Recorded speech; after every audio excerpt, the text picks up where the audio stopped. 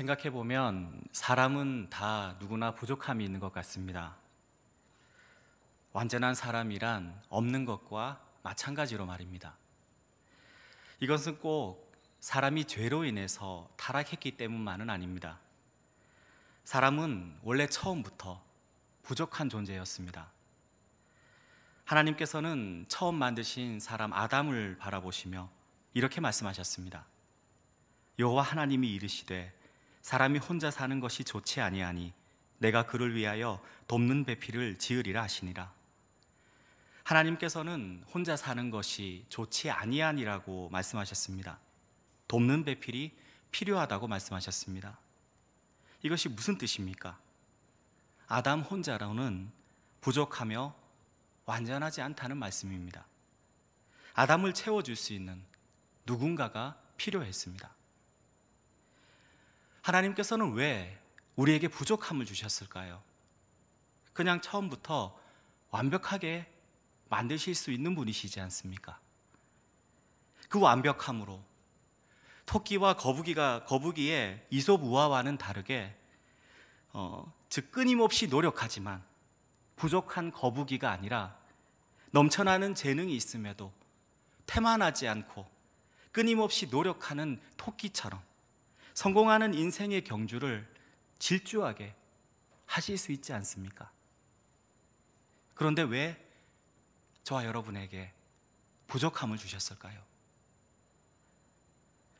예전에 닮아야 놀자라는 영화가 있었습니다. 한 번쯤 들어보셨을 겁니다. 경찰에게 쫓기는 조폭들이 절에 들어가서 겪게 되는 에피소드를 코믹하게 다룬 영화였습니다. 그 영화에서 인상 깊었던 장면이 하나 있습니다. 막무가내로 절에 기거하면서 멋대로 행동하는 조폭들이 구도하는 스님들과 사사건건 부딪히게 되자 주지 스님이 한 가지 제안을 하게 됩니다. 자신이 낸 문제로 승부를 내어서 패한 쪽이 승리한 쪽의 의견을 전적으로 들어주는 것으로 그렇게 결정을 내렸습니다. 주지 스님이 낸 문제는 아주 단순했습니다. 밑이 깨진 큰 독에 물을 가득 채우는 일이었습니다. 조폭들과 스님들은 이런저런 방법들을 다 동원해서 물을 채워보려고 하지만 밑이 깨진 독은 도무지 물이 채워지질 않습니다. 그러다가 조폭들 머리에 갑자기 번뜩이는 생각이 들었습니다. 함께 독을 번쩍 들고 소리를 지르며 달려가더니 연못에다가 독을 던져 넣었습니다. 그러자 독 안에는 물이 가득 차게 됩니다. 결국 조폭들은 합법적으로 절에 기거할 수 있게 되었습니다.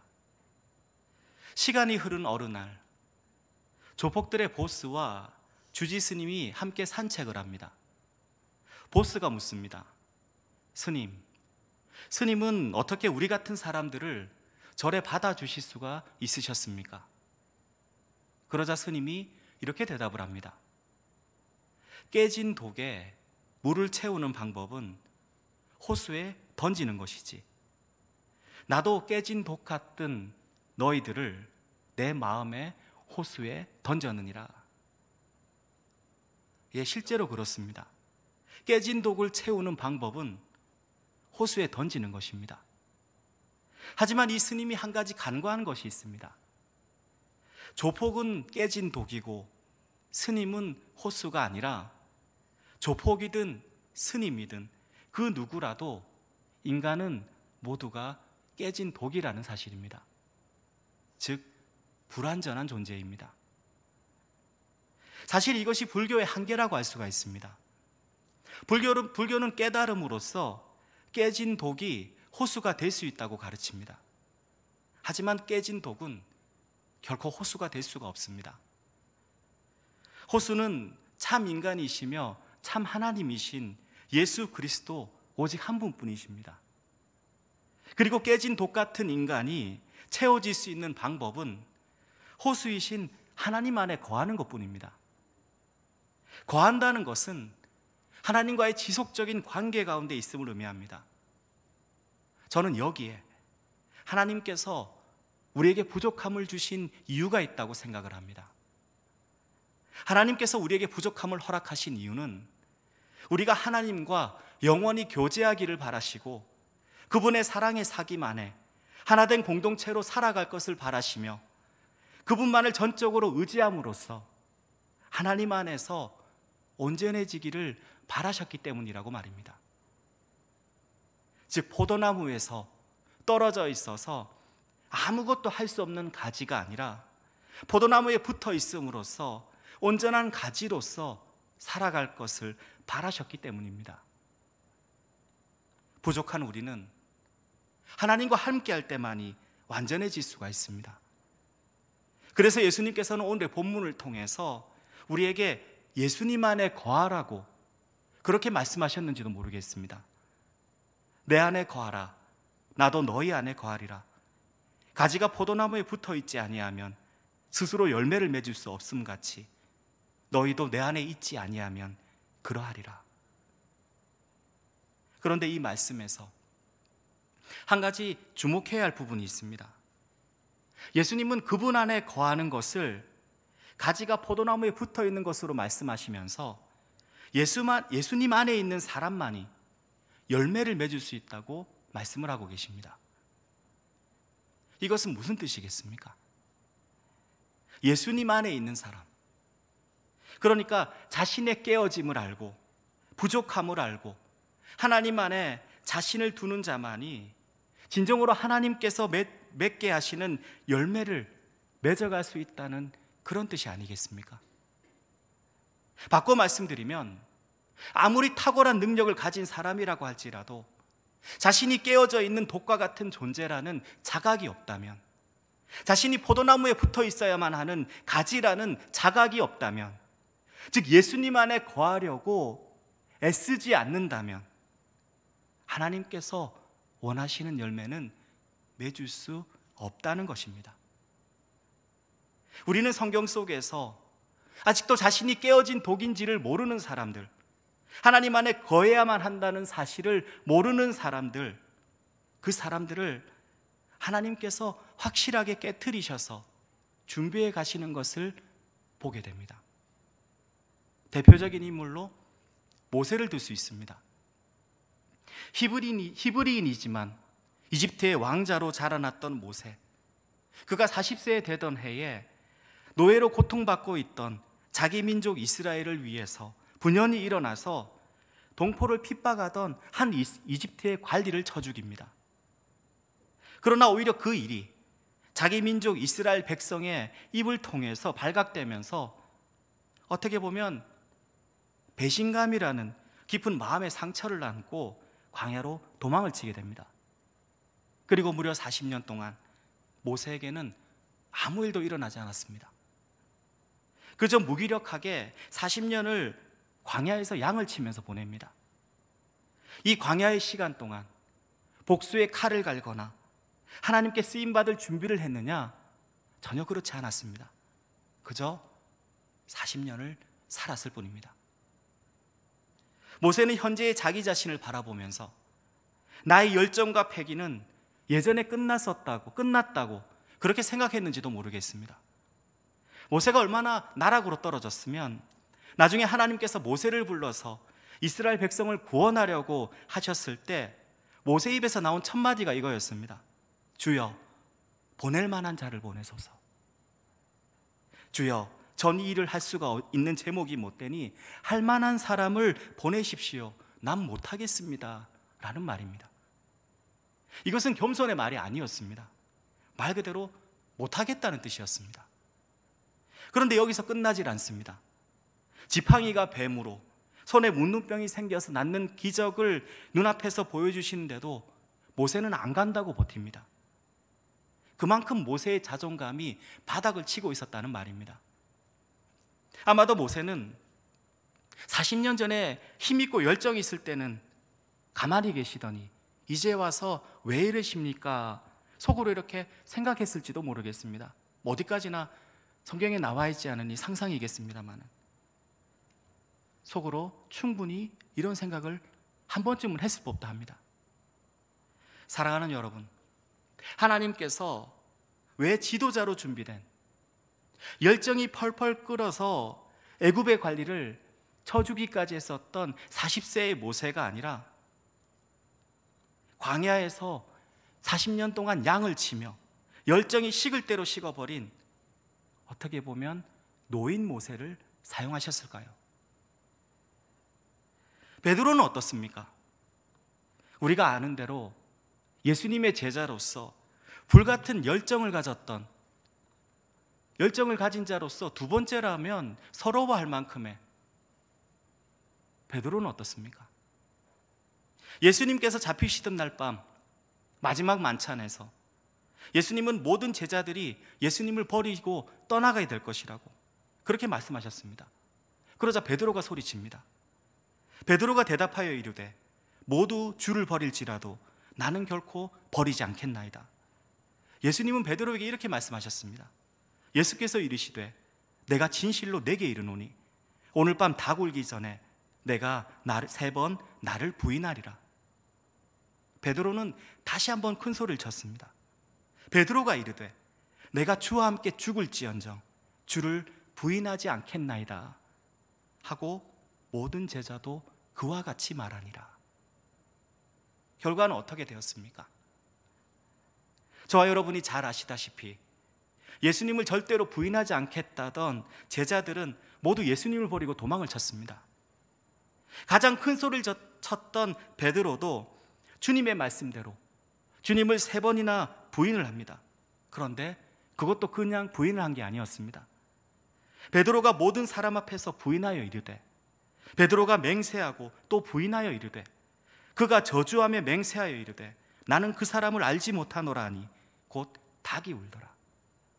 처음에는 그냥 부인하고, 두 번째는 맹세하고 부인하고, 세 번째는 저주하며 맹세하고 부인을 했습니다. 닭이 우는 소리를 들은 베드로는 주님의 말씀이 기억나서 결국 대성통곡을 하고 맙니다. 이렇게 철저히 실패한 베드로에게 3일 만에 부활하신 예수님께서 찾아오셨습니다. 그리고는 베드로를 회복시켜 가십니다. 요한복음 21장에 보게 되면 베드로를 찾아간 예수님께서 베드로에게 3번 사랑을 고백하게 하심으로써 그를 다시 세우시는 장면이 나옵니다. 예수님께서 물으셨습니다. 그들이 조반 먹은 후에 예수께서 시몬 베드로에게 이르시되 요한의 아들 시몬아 내가 이 사람들보다 나를 더 사랑하느냐 하시니. 예전에 베드로 같으면, 예수님을 부인하기 전에 베드로 같으면 어떻게 대답했을 것 같습니까? 주님, 제가 주님을 사랑하지 않으면 누가 주님을 사랑하겠습니까? 제 목숨보다도 더 주님을 사랑합니다. 죽을지라도 주님을 따르겠습니다. 이렇게 대답하지 않았을까요? 그런데 뼈저린 실패를 경험한 베드로는 이전과 같이 그렇게 자신 있게 대답을 하지 못합니다. 베드로는 이렇게 답합니다. 이르되 주님 그러하나이다. 내가 주님을 사랑하는 줄 주님께서 아시나이다. 한층 차분해져 있는, 어떻게 보면 풀이 죽어 보이는 그러한 베드로의 고백입니다. 이런 베드로에게 주님은 동일한 질문을 2번 더 하십니다. 세 번째 예수님께서 질문하셨을 때 베드로는 이런 반응을 보였습니다. 베드로가 근심하여 이르되 주님 모든 것을 아시오매 내가 주님을 사랑하는 줄을 주님께서 아시나이다. 예수님을 부인했던 베드로는 이미 자신이 주님을 부인했다는 모든 사실을 아는 주님께 큰 소리를 칠 수가 없었습니다. 베드로는 예수님을 사랑하지만 또한 자신의 연약함 또한 깊이 깨닫게 되었습니다. 자신이 진심과 열정은 있었지만 그 진심과 열정을 지켜낼 힘이 없었다는 것을 깊이 체감해 버렸던 겁니다. 진심과 열정이 있는 것과 그것을 온전히 지키는 힘이 있는 것과는 다른 문제입니다. 그것을 베드로는 알게 되었습니다. 자신이 깨어진 독이라는 사실을, 부족한 자라는 사실을 깨닫게 되었습니다. 주님을 떠나서는 아무것도 할 수 없는 존재라는 것을 깨닫게 되었습니다. 그래서 이제 그는 겸손히 하나님 안에 거합니다. 가지로서 포도나무이신 예수님 앞에 나아갑니다. 요한복음 15장 5절의 말씀을 저와 여러분이 함께 봉독하도록 하겠습니다. 나는 포도나무요 너희는 가지라. 그가 내 안에 내가 그 안에 거하면 사람이 열매를 많이 맺나니 나를 떠나서는 너희가 아무것도 할 수 없습니다. 아멘. 베드로가 주님을 떠나서는 아무것도 할 수 없다는 것을 깊이 깨달았을 때, 이때서야 예수님께서는 베드로에게 양을 맡기셨습니다. 이르시되 내 어린 양을 먹이라 하시고, 이르시되 내 양을 치라 하시고, 예수께서 이르시되 내 양을 먹이라. 투지와 열정에 불타서 큰 소리 뻥뻥 쳤던 베드로가 아니라 실패했던 베드로, 부족했던 베드로에게 양을 맡기십니다. 물론 열정 그 자체는 나쁜 것이 아닙니다. 단점이 아니라 장점입니다. 그러나 그 열정이 겸손이라는 그릇에 담겨 있지 아니하면 오히려 해로운 것이 되고 맙니다. 예를 들어 불은 우리에게 유익한 것입니다. 그러나 유익하다고 불을 그냥 막 던지고 막 사용해버리면 집이고 사람이고 홀랑 태워버리고 말 겁니다. 불은 적절한 용기에 담겨야만 합니다. 발전기에 담으면 전기로서, 난로에 담으면 사람을 따뜻하게 해주는 온기로서, 엔진에 담으면 앞으로 나아가게 하는 동력으로서 말입니다. 실패한 베드로, 부족한 베드로가 되어서야 그는 겸손함으로 하나님 안에 거하며 하나님의 양들을 돌볼 수 있는 힘을 얻게 되었습니다. 저는 사명자에게 가장 필요한 모습은 나는 남들과는 다르다, 남들보다 성숙하다는 신앙인의 자긍심이 아니라 나는 남들보다 더 연약하다, 그래서 더 하나님의 도우심이 필요하다라는 신앙인의 자각이지 않을까 생각을 합니다. 모세도 마찬가지였습니다. 불타는 40세의 모세보다도 그분이 철저한 실패 가운데서 생겨난 연약함이라는 그릇, 겸손함이라는 그릇에 담길 수 있게 된 80세 모세가 하나님의 일을 하기에는 더 적합한 사람이었던 겁니다. 성숙한 믿음을 가진 사람은 자기 믿음에 확신을 가지는 사람이 아닙니다. 바로 자기 믿음이, 확신하고 있는 자기 믿음이 얼마나 연약하고 얼마나 깨지기 쉬운지를 가장 잘 알고 있는 사람입니다. 하나님의 붙드심이 없이는 얼마나 쉽게 허물어져 버릴 수 있는지를 잘 알고 늘 경계하는 사람입니다. 모세도 베드로도 자신의 깨어짐을 알고 부족함을 알고 주님 안에 거했기에 마지막까지 하나님이 원하시는 열매를 맺을 수가 있었습니다. 인생의 여정 속에서 늘 부족함을 알았기에 늘 겸손할 수 있었습니다. 부족함을 알았기에 결코 자만하지 않고 더욱 갈망하며 주님의 도우심을 구할 수 있었습니다. 끊임없이 기도하며 하나님께 구할 수 있었고 낙심하지 않을 수 있었습니다. 결국 모세는 하나님의 백성 이스라엘을 출애굽시킬 수 있었습니다. 그리고 베드로는 예수 그리스도의 사도로서 수많은 사람들을 하나님께 돌아오게 했습니다.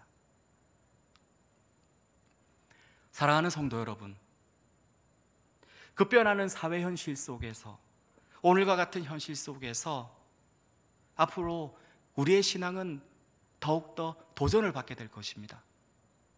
더욱더 많은 부족함을 느끼게 될 것입니다.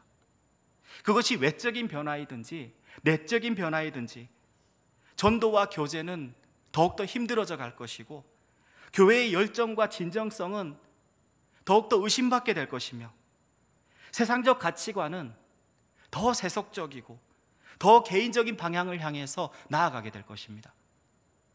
날이 가면 갈수록 우리가 진리를 가지고 있음에도 우리의 힘으로는 아무 열매도 맺지 못함을 절절하게 깨닫게 될 것입니다. 하나님의 자녀인 저와 여러분이 오늘의 말씀에 순종하지 못한다면 우리가 속한 교회가 어떠한 노력을 기울인다고 할지라도 그 일은 열매를 맺지 못하는 일이 되고 말 겁니다.